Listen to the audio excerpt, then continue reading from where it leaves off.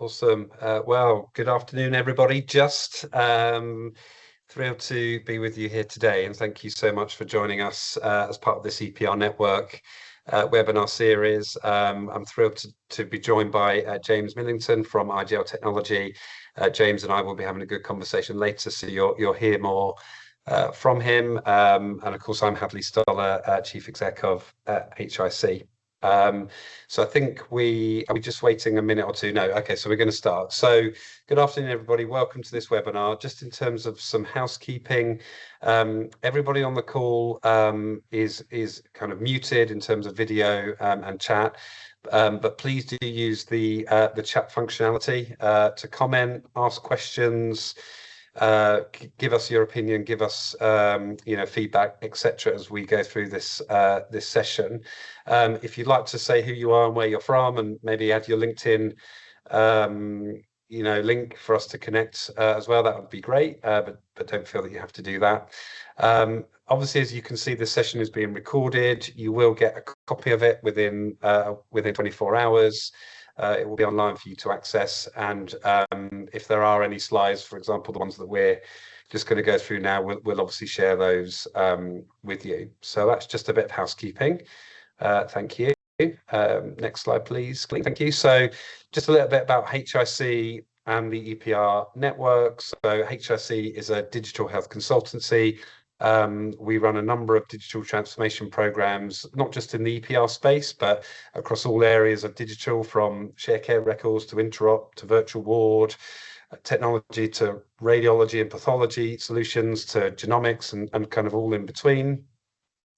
We have a kind of life cycle around what those services include, which revolve around discovery, so understanding what the problem is, implementation support to make sure that people are using those technologies in the best way possible, and then success, so making sure that after go live things are improved and that we can track return on investment through benefit realization and health economic evaluation, for example. And we've trusted by over 70 NHS organisations, but alongside the consultancy aspect, we also run the UK's only EPR network, which I think is on the next slide, Colleen, where we bring together a community of supplier organisations, but also NHS professionals. So there will be a link for you to access if you're interested in joining one of our specialist interest groups.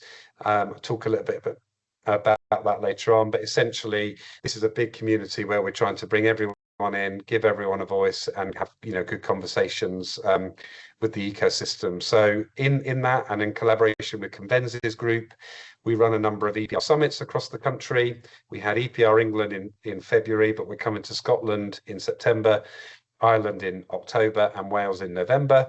So please do come and join us. It would be great to have you there and to be part of the conversation as we kind of continue along the journey. Next slide, please, Colleen. Thank you. So on the specialist interest groups that I mentioned, these are free to NHS colleagues. They are forums where we kind of pick up on specific topics of the EPR journey. So paper to digital, maternity, AI, diagnostics, pharmacy. These are all specialist interest groups that we have within the network. More are coming, and we're always open to new ideas on other groups we might want to establish. These are chaired by NHS professionals and attended by NHS professionals. So come and connect with clinicians, leaders, providers, etc. There's opportunities, obviously, to meet and engage with the EPR network in terms of the membership body, but it's your opportunity to influence the conversation, influence the design and optimization of EPR systems, and really drive innovation to improve workflows and enhance patient care. So please scan the QR code and come and join us, which will be great. Next slide, please, Colleen. So we're finished. Cool, perfect. So that's just a little bit about us, a little bit about who we are and what we do. And again, just welcome to all of you, and especially welcome to David, who I've seen just introduced himself on the chat. Known David a long time, worked together in NHS digital and beyond in terms of some of those big national transformations. So I expect lots of questions from you, David, because yeah, I know what you're like, and I know this is a topic that you're really close to. So James, I'll let you introduce yourself, and then I've got some questions, and want to have a conversation around all things IGEL. So yeah, if you want to introduce yourself, and then we can start the conversation. Yeah, so James Millington, I am responsible for the vertical industry solutions here at IGEL. IGEL is a secure endpoint operating system platform. We are utilized across a broad array of industries globally, but we have a real focus on healthcare. Personally, my career, so I've been with IGEL for 2.5 years. My career has always been set around providing a great digital experience for care providers, and the way that I've done that has been on the vendor side.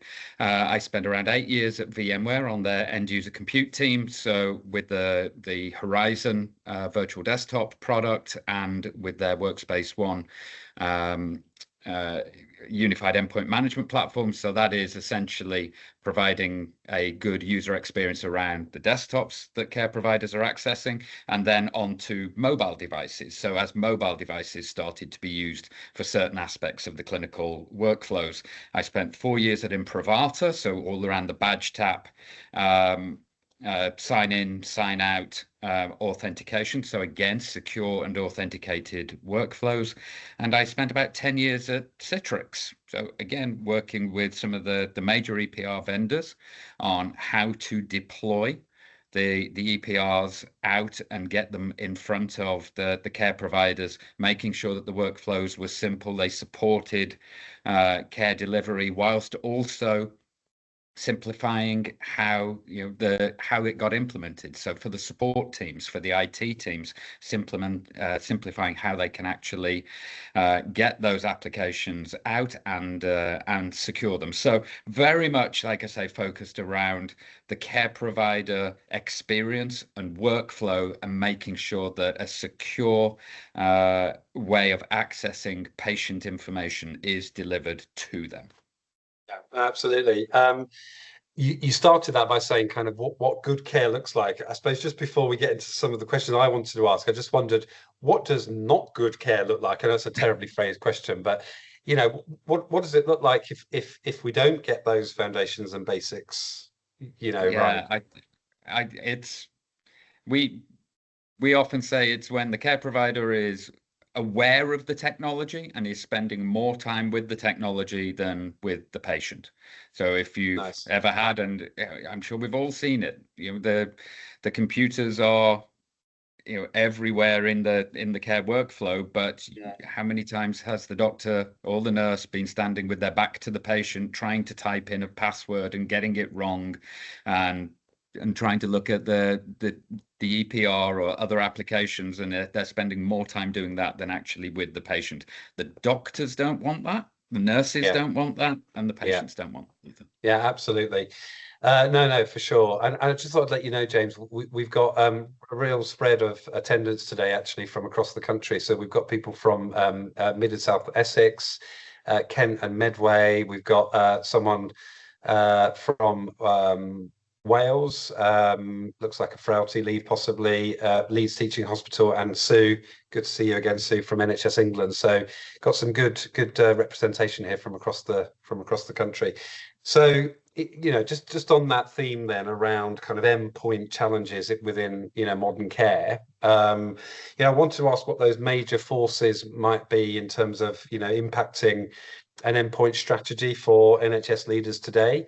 But actually to also ask what is an endpoint strategy? What do we mean when we say endpoint management, endpoint strategy, and what are those forces that impact on that particular kind of piece of work? So first of all, just to also add my thanks to everybody that's joined. I know everybody is extremely busy, so thank you for taking the time, and I hope this is useful, and please do ask any questions as we're going through. With regards to the endpoint, it's often a second thought, but it's the devices that the care providers are going to be using to access the patient record. So a lot of the focus goes on to the EPR, of course, and the tools, but not always on the device that people are going to use. Very often, organizations just go, well, it's Windows. You just put a Windows device there. But that's frequently not the best way of approaching the devices on a few areas, and two of those right now are really prevalent in healthcare and across industries, frankly. But because of often the restrictions in budget in healthcare and the needs for a seamless user experience, these challenges can be felt more, we find, in healthcare. So two big drivers at the moment. So security and cost are always omnipresent, but there is a few things that are happening with regards to those two areas. With regards to security, I'm sure everybody has heard the recent news around Mythos and its ability to be able to go and find bugs that has persisted in code and infrastructure for almost decades. And if that gets into the hand of the bad guys' abilities to create cyber attacks is going to increase. So this came from Anthropic, the AI tool, and they're working with software vendors and industries globally to get this under control before it gets released. But my point here is that AI has been talked about for a while in being able to produce better phishing attacks, for example, better quality emails purporting to come from the CEO, to do cyber attacks and in that manner. But it's going to increasingly get to the code. So it's the attack surface at the endpoint. So there's a lot of discussion around this at the moment, that this could drive up the rate of cyber attacks, and I'm sure everybody on this call knows that healthcare is one of the major targets for cyber attacks. So that piece of news is driving a lot of awareness, shall we say, and it's certainly, we're hearing from our customers that this is something that is on their mind. Yeah, so you've kind of shocked Sharon, I think, from Wales, with that kind of piece of news, actually. And I think possibly part of the reason for that is that you don't think that this will be something that will happen, do you? You know, like you say, you've got your device, you've got Windows, you're going about your day to day, and it's only when something like that lands that you then start to think about all of the measures and the prevention, etc., that have been put in place to kind of stop it, right?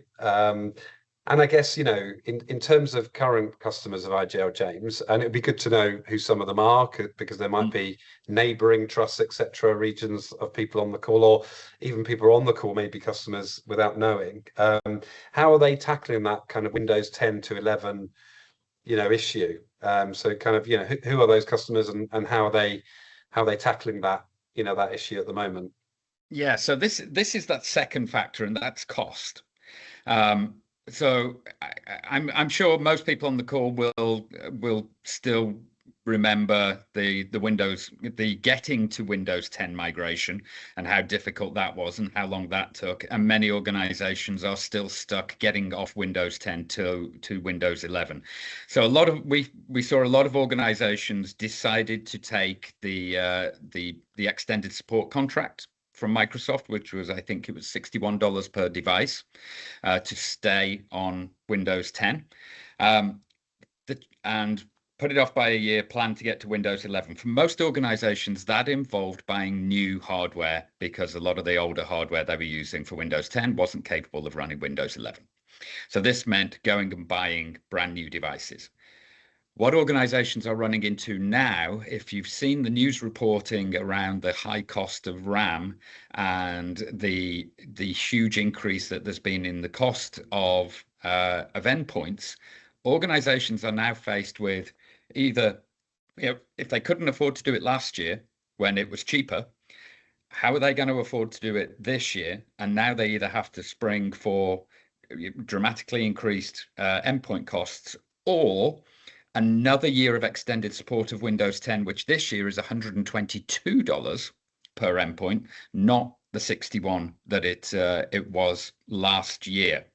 So organizations are in this challenge right now of looking at how can they make this move? How can they stay secure whilst if they don't make this move with all of the changes? So there's a lot of compounding challenges. It's something that IGEL can absolutely help with, as you would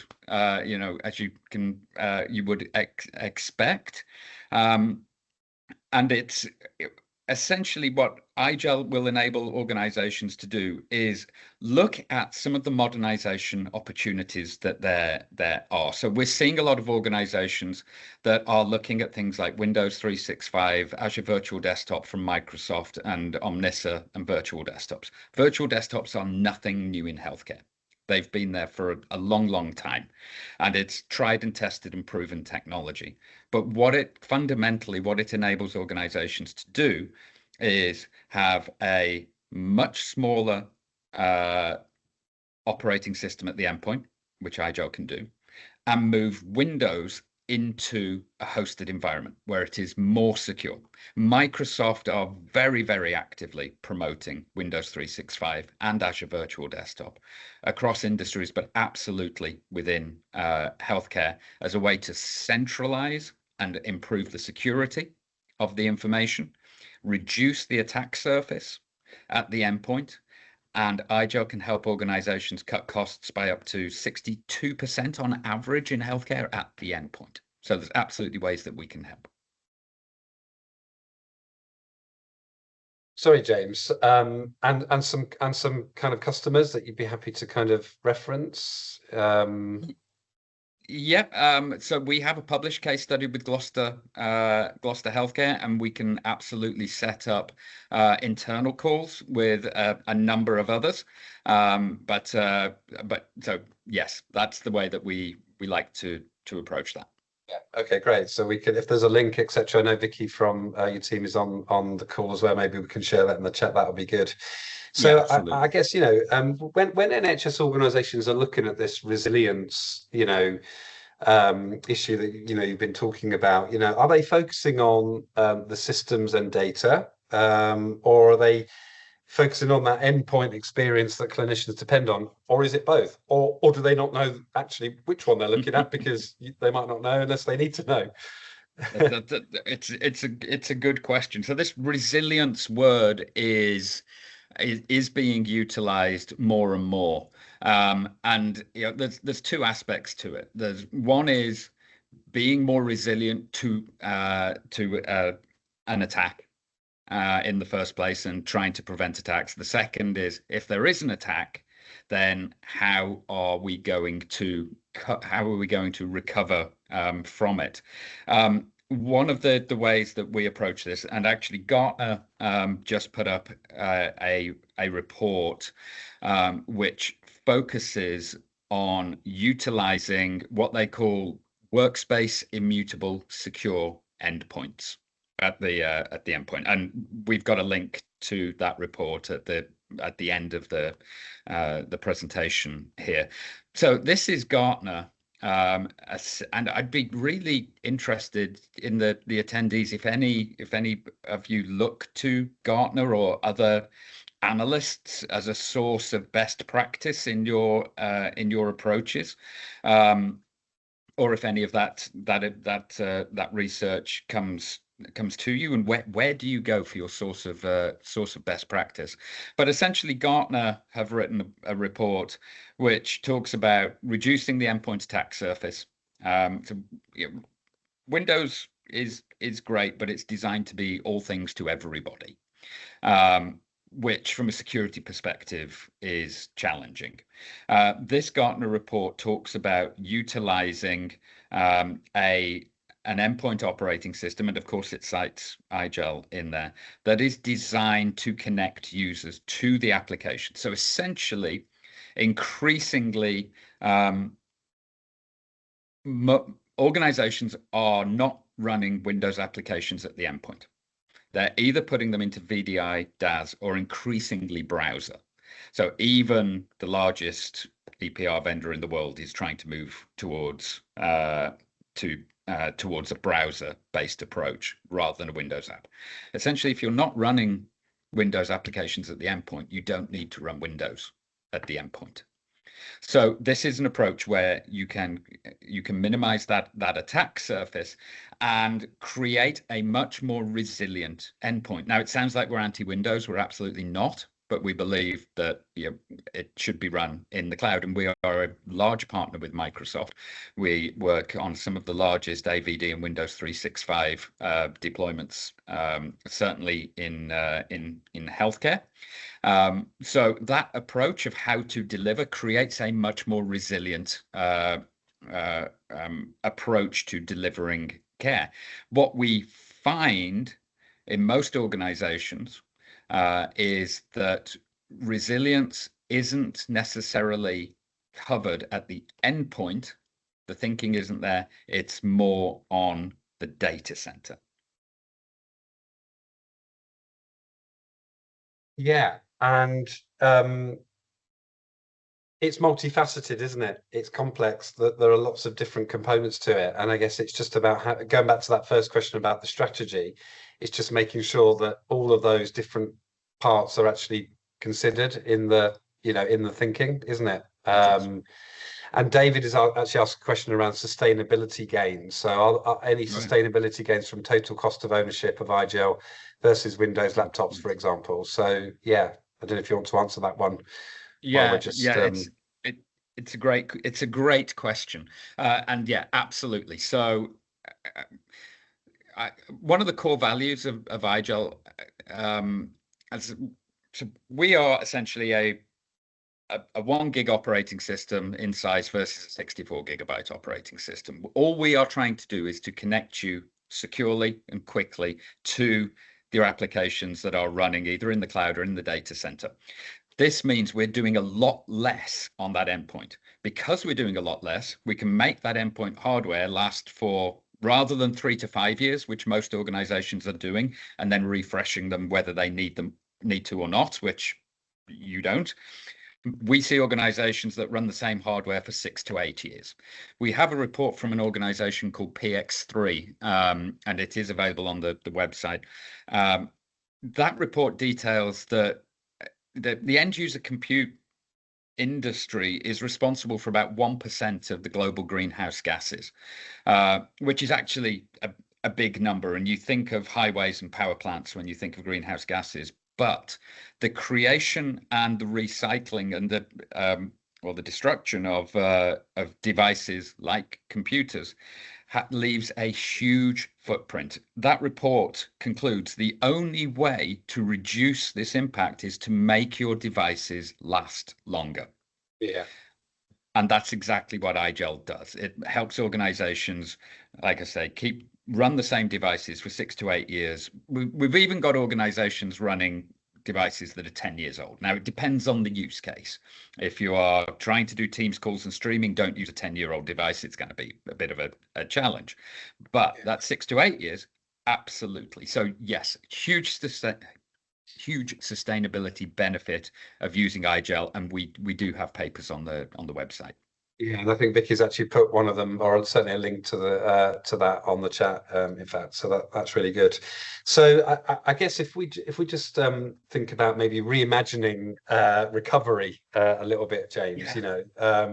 So the IGEL advantage, I suppose. So how are current kind of plans in terms of recovery, etc., being built to around that data? Is it to restore access, for example, or is it more sophisticated than that? I mean, I suspect the latter, but Yeah. Actually, what we found, and I'd love to know from people on the call what their approach here is.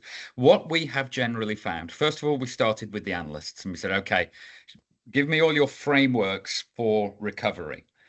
And without exception, they are all focused on the data center. They are focused on backing up data, getting it into the data, having a high availability connection between your backup data center.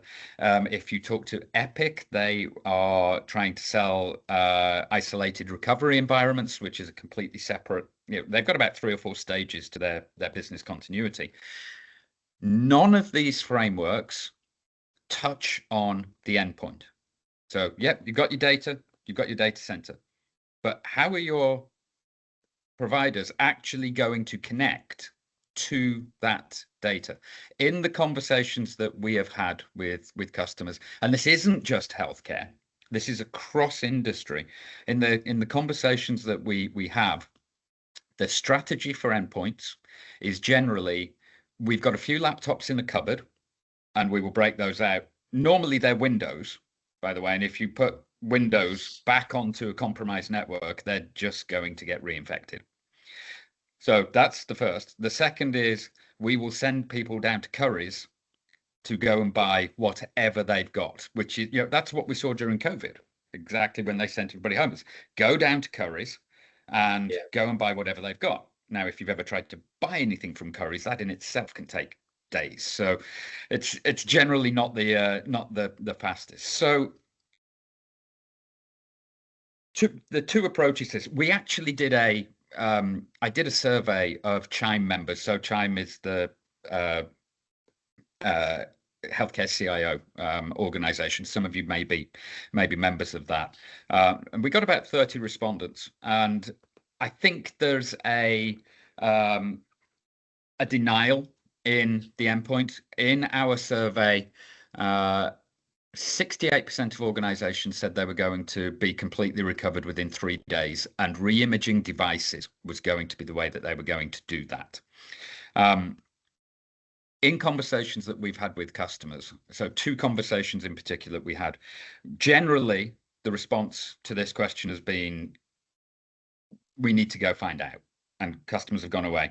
One customer came back and said, okay, we've built a plan. It's going to take 2.5 hours per endpoint. So we have to manually visit every endpoint. We have to pick it up, take it to a safe room. We need to re-image it. We need to test it. And then we put it back. That's 2.5 hours. They had 2,000 endpoint devices. That was going to take 5,000 person hours to be able to do that. Or if that's 125 weeks, not 3 days. We had a conversation with a government organization. They said, actually, we can, after going back and having that initial, we don't know, they came back and said, we can fix 1,000 endpoints per week.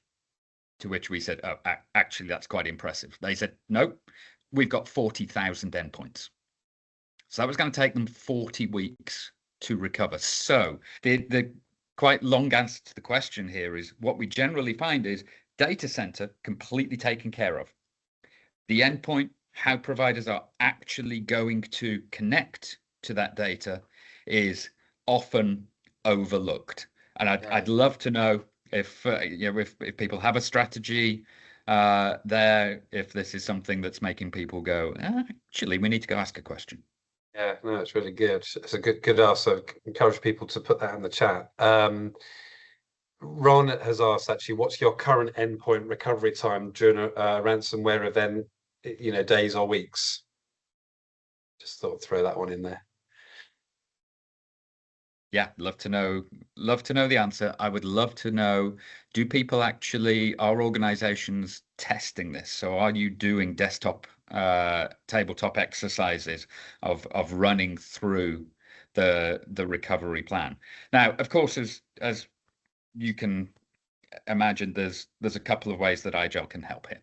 And by its nature, if you are looking at doing a virtualization, or if you're looking at putting your data center in the cloud, that is much easier to recover. We saw with things like with CrowdStrike, if anybody was impacted by CrowdStrike, anybody that was on a virtual environment was able to just reset the desktop image back a few hours and be up within minutes. IGEL wasn't impacted. IGEL wasn't impacted at all. We saw a large healthcare customer that was midway through a deployment from Windows to IGEL, flipped over 1,000 endpoints straight to IGEL on the day, and didn't miss a beat, didn't turn away a single patient. So IGEL, this much more resilient story at the endpoint. But we do understand that sometimes you do need to have IGEL, you do need to have Windows at the endpoint, or sometimes it's difficult to move off. In that case, IGEL can actually provide a business continuity solution where the IGEL OS gets installed alongside the Windows operating system. Yeah. And we have a theory of a big yellow button, and the administrator can essentially flip all Windows endpoints over to IGEL OS and restore access within minutes from the in-place hardware. So you don't have to go and get new hardware, ship it, put it in place. So it's recovery in minutes, not in days, weeks, months. No, absolutely. And Ron's just clarified actually that it's around 2 minutes, which is what you were saying really. Yeah. So I guess James, what would you say are the biggest kind of practical barriers to recovering endpoint access quickly in healthcare? So obviously you've given that example, but is it that simple? Or am I missing something? Well, what are those practical barriers? Is it training? Is it awareness? Is it technical infrastructure? Or is it actually none of the above because it's just so seamless? Yeah, very often the gap is, you have your people, process, and technology. Very often it is the technology that's getting in the way in endpoint recovery, mostly because it's not in the plan. When we asked the analyst, why is it not in the plan? We even got a kind of a silence from them, and they said it's just too difficult. It's because your endpoints are going to be distributed across buildings, across remote clinics. Somebody has to go and visit them. What we saw with the CrowdStrike incident was really shone a light. Now, to be fair, the CrowdStrike incident, that wasn't a cyber attack, and it was actually much easier to recover from than a cyber attack is, because you didn't have to go and re-image every single device. You had to go make change to every device, but you didn't have to re-image it. So it was much easier to recover from, but we saw how long that took. So very often in this instance, it is the technology that's getting in the way. Again, from my point at the beginning of this, you need to make this seamless for the providers and for the users. The users don't care about your technology problems. You have to find a way to make this seamless. So finding a way that can very quickly utilize that same hardware, flip users just into a backup environment, and of course every organization should be trialing these, testing their backup and recovery plans, doing the tabletop exercises. So this should be part of every organization's training. So that absolutely is that aspect as well. Yeah. And do you think there's a cultural kind of block in getting all of that in place? Because obviously you spoke a lot there about complex planning and understanding it, etc. Is it a cultural thing, or is it just it's another line on that plan, but that plan is actually very big, and there's actually a lot to consider? Yeah, I genuinely think it's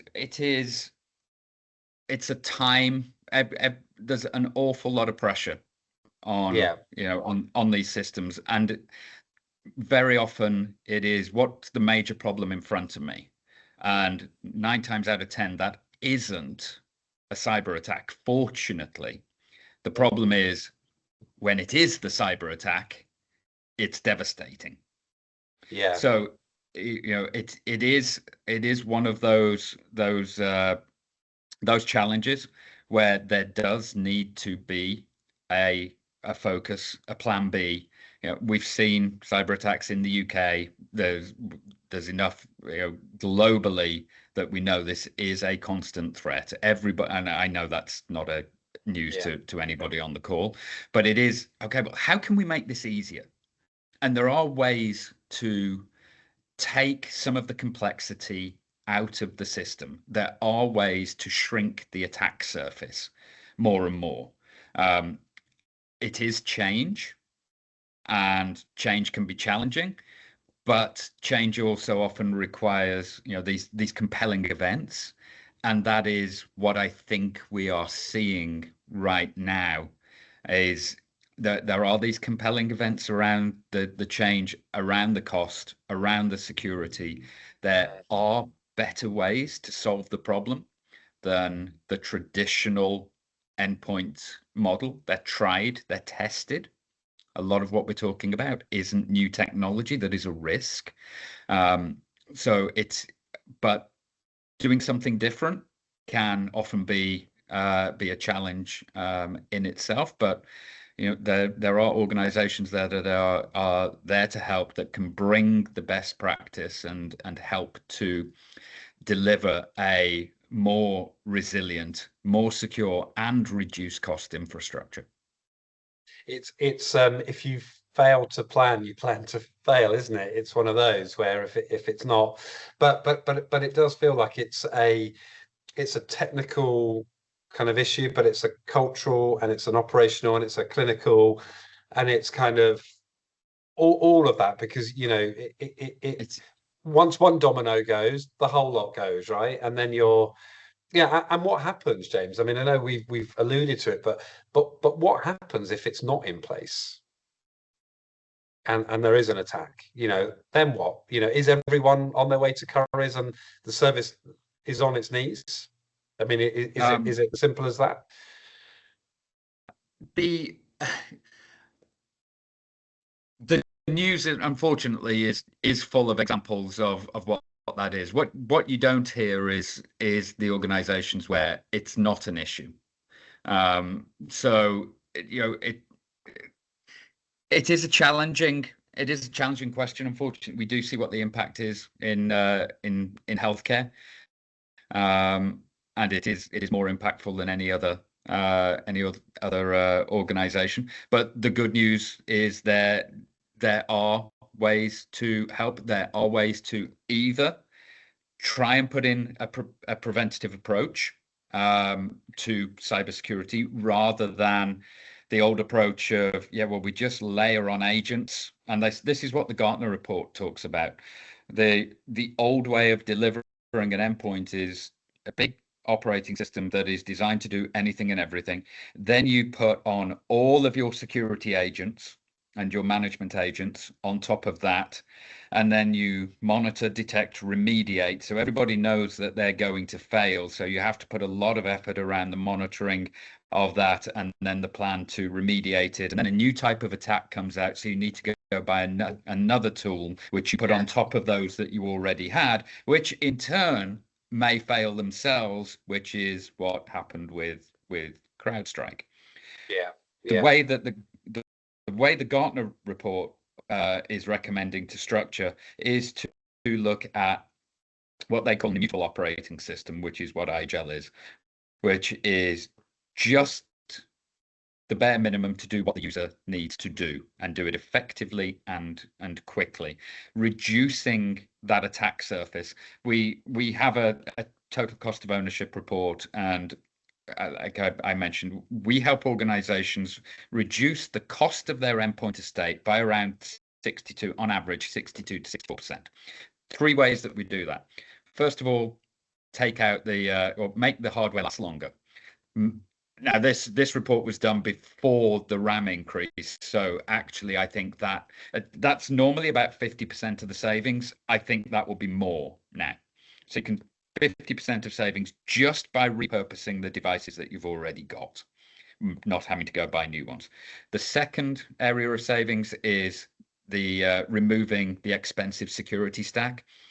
IGEL is a secure Linux-based operating system. It's designed for security by default. You don't need to put on your EDR, your XDR, your AV, DLP, all of those tools. There's no local data storage. It's a read-only operating system, so attackers can't write to it.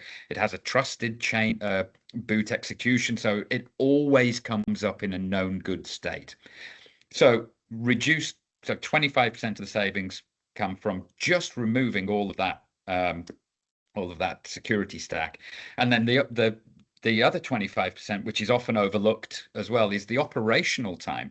So if you are doing a hardware replacement, you've constantly got people that are trying to buy new hardware, that are trying to gather up the old hardware, dispose of that. That you've got you've got people that are looking into the security stack, purchasing it, evaluating it, testing it, deploying it, troubleshooting it. So all that operations cost, we take that out. Organizations report in an IGEL environment, it's an admin to user ratio of about 1 to 20,000 versus 1 to 5,000 in a Windows environment. So it's looking at a different approach. And again, it's tried, it's tested. It's nothing new, but yeah, looking at a way that is designed for where we are heading with technology. If organizations are looking at things like zero trust, it's a better way of applying. The discussion is often though, but there's no budget. We've got no budget. Most organizations are spending a lot of the budget on just keeping the lights on with the traditional endpoint. So very often it's not that there's no budget, but it's going to the old way of doing things. Yeah, very much urge organizations to look at whether that is the best way to be spending the budget they've got. It feels like kind of coexisting in two worlds, isn't it? The way that you've always done it and the way that you need to do it, but you kind of can't quite afford it. But I suppose my question on affordability, or maybe it's just a bit of a rhetorical question, is that when the impact of not doing it hits, the budget is blown anyway, probably 2-3 times over in having to rectify it and make it good. So surely that investment up front, to protect as much as possible, it makes more sense, right? And that business case, I suppose, stands up for itself. So, I mean, time is flying by the way. It's such a great conversation, James. But I just want to ask you a bit more about, building that culture of resilience really across the NHS and what that looks like. And, I suppose given the pressure to do something, different at the endpoint, what does different actually look like, in practice? So people on the call, from Kent to Leeds and all in between, what would you say to them that good, different, alternative looks like to what they're doing, today? Yeah, I think it's being open to different. What we find is, a lot of organizations have built their career on, or a lot of IT folks have built their career on, we put Windows at the endpoint, it's what we do. And again, just to stress, we're not anti-Windows. Microsoft themselves are pushing people towards AVD, towards Windows 365, put Windows in the data center where you can secure it. It's easier to update. The rate of updates right now and patches, Microsoft just had their second highest patch delivery ever. And again, you go back to this mythos piece, and we're expecting the patches to go to increase. So you're going to be patching on an increased frequency, and the patches are going to be larger, which means you've got to get them down to the endpoints. Now, I'm also not saying that we're immune. We are software, and anything is possible. We are attacked. We've never been compromised, but it is software. But fundamentally, we are a much smaller footprint to be targeted. So being very open. but we're much smaller in the footprint. That means our patches are much smaller than Microsoft patching. Our attack surface is much smaller, and our ability to return to a known good state is very fast. It's simply a reboot. So it is, be open to a different way of doing things. The good news is that the approach that we're suggesting, there's a good 2 decades of performance and trust behind doing this. It's not new. There's a lot of benefits that are tried and tested.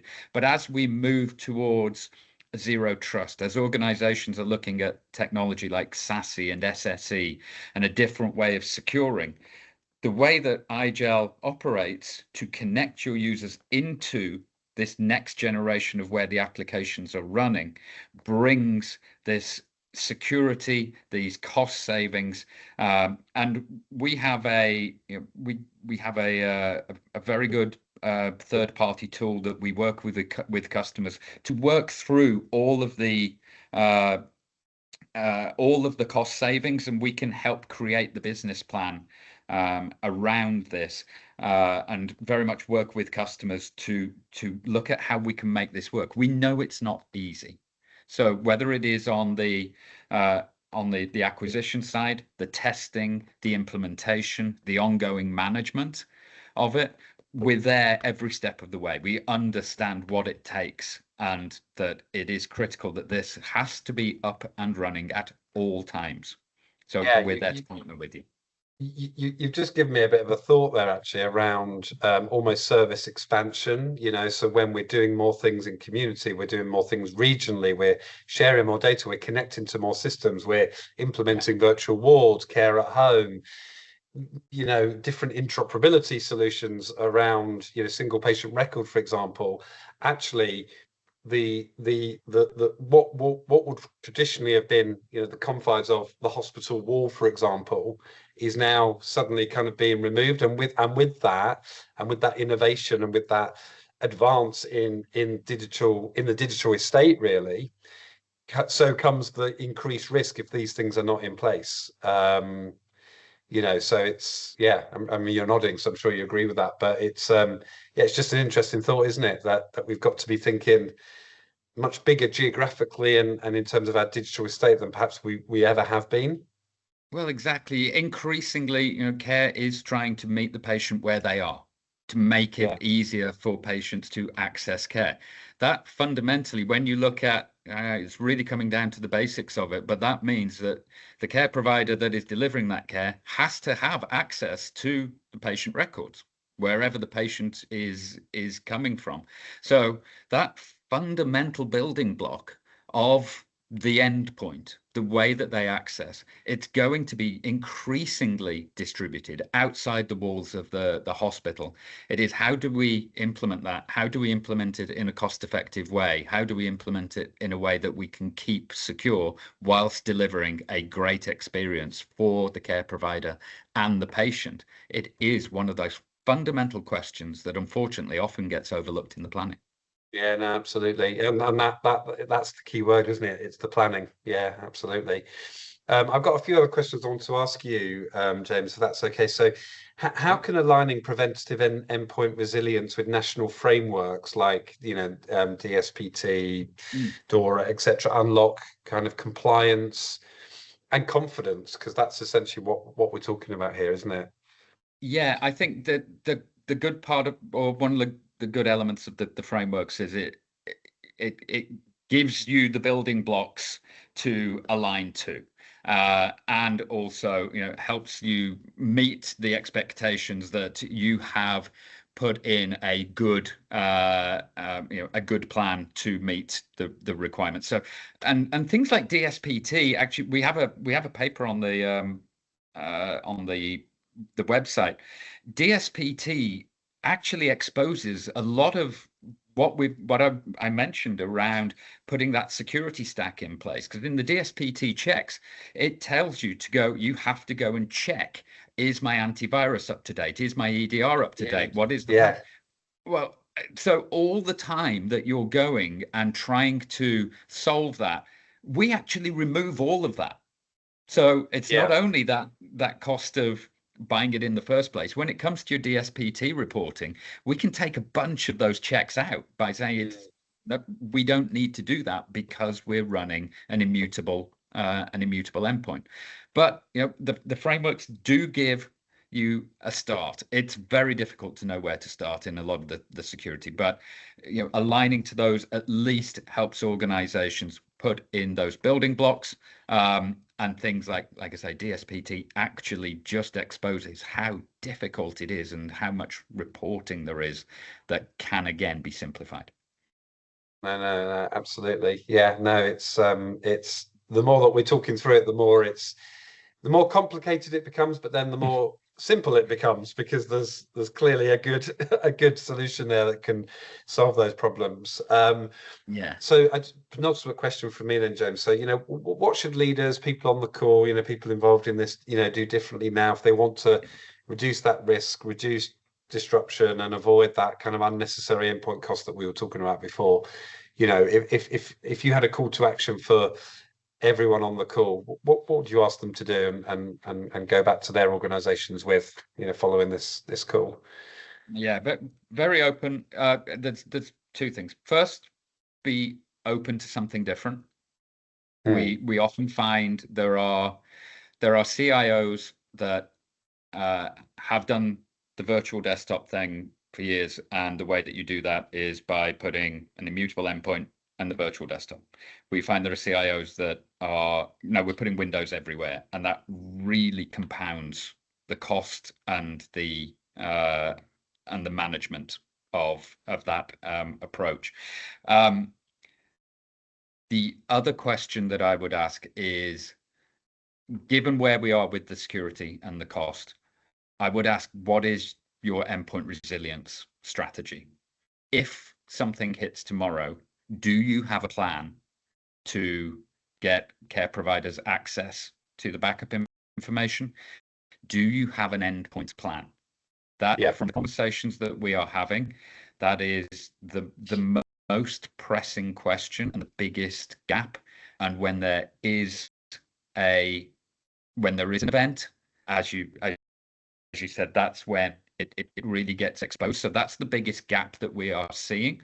And it's not down to, it's very often it's because, like I said, the frameworks that are there aren't highlighting this gap to organizations. They're concentrated on the data center.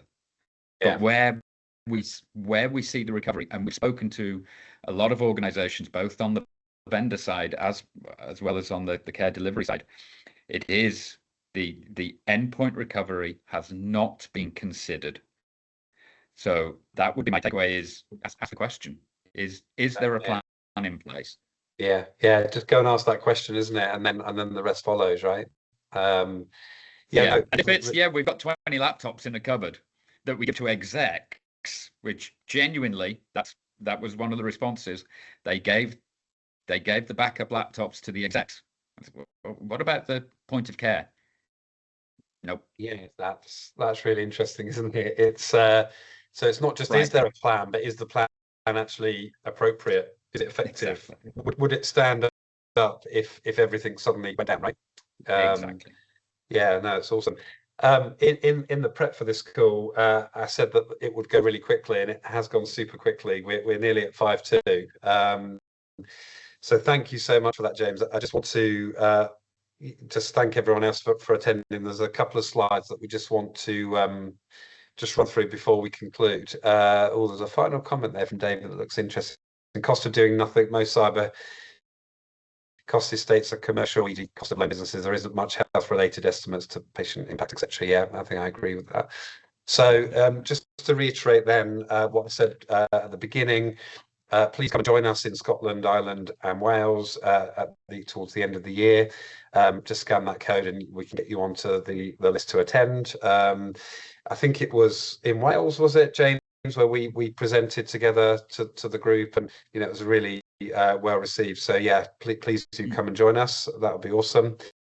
And then, yeah, we've got some of these reports, I think might have been shared already in the chat, but there's another code there for the report I think you were talking about from Gartner there, James, that people can access, which will be great. Yeah, this is the Gartner report. So this is an independent report. Again, that's actually urging people to take a fresh look at what they're doing. So this is independent of IGEL. I would recommend everybody take a look at this. Yeah, absolutely, and we'll obviously be sharing these slides as well if you don't get a chance to download that. So I suppose last but not least, then we've got our contact details there if you want to get in touch with James or myself. What I should actually add and let people know is that James is not in the UK currently. He's on quite a few hours behind us, in fact, in New Jersey. Is that right? Did I get that right? Yeah, it is. So if you saw me drinking my coffee, please I was forgive just me. going to say you need an extra coffee more than me at this point. So thanks for coming on early from where you are to do the call today. We'll be sending out the slides and the recording. There'll be a feedback form as well. Please send it in. Let us know if there's anything else that you'd like to know. Thank you for your feedback, Sharon. There, this was really interesting and insightful information. So if you're happy for us to contact you offline, we'll obviously look to do that as well. So final words, James, final thought, final comment, final something that you'd like people to leave with just before we conclude. It's a big challenge. The good news is every vendor that we work with and as ourselves I always find anybody on the vendor side that's in healthcare is really passionate about how we can make a difference in healthcare. So we're here. Please reach out. Anything that we can do to help and support you. Awesome. Fantastic. Well, there you go. With a few minutes to spare, we'll end the call there. And yeah, have a good morning, James. Have a good afternoon, everyone here, and we'll look forward to hearing from you all soon. Thank you so much. Thanks, everybody. Thank you. Take care.